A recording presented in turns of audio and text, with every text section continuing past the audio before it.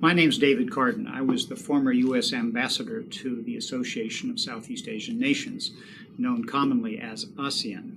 And I'm talking today about the TPP, the Trans-Pacific Partnership. The TPP was part of the agenda for ASEAN when I was the ambassador in the region. It was part of the American pivot to Asia. Many people think of the pivot as being political security and relating to military matters, but the fact is that there were a number of elements to the pivot to Asia announced by President Obama.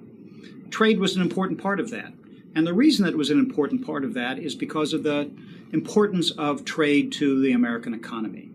Many of the American businesses with which I dealt in the region had difficulties from time to time as a consequence of there being impediments to their competition.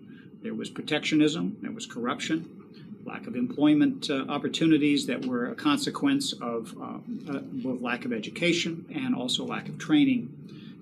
One of the interesting things about trade in the region is that there is an increasing importance not only for the countries in the region to export out to the United States and to other markets, but also for those within the United States to export to the growing economies of Southeast Asia. There are 4 countries in Southeast Asia that are part of the TPP: Brunei, Malaysia, Singapore, and Vietnam. Vietnam stands as a stark reminder of how important trade is as a consequence of many of the challenges that Vietnam has from an economic standpoint. What I want to talk about is why this is important not only for the region and for the United States. But in doing so, I'm not suggesting for a moment that TPP, as it's presently written, is something that covers all bases. I'm not advocating for TPP. I'm only talking about TPP as a function of U.S. engagement in the world. It's been said many times that only 1% of American businesses export anything anywhere, and half of them export only to Canada or to Mexico. Over 99% of our businesses have fewer than 500 employees. Almost 90% have fewer than 20. There are enormous opportunities that do exist for purposes of exports around the world, but the markets have to be open to our products.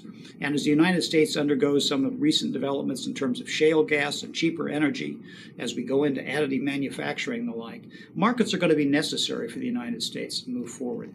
And the creative destruction that, like it or not, is a function of the U.S. economy and the economy of the developing world, is going to require us to innovate in ways that we have not perhaps had to innovate in the past. Americans are in a very good position to do just that. There's also a political security element to trade.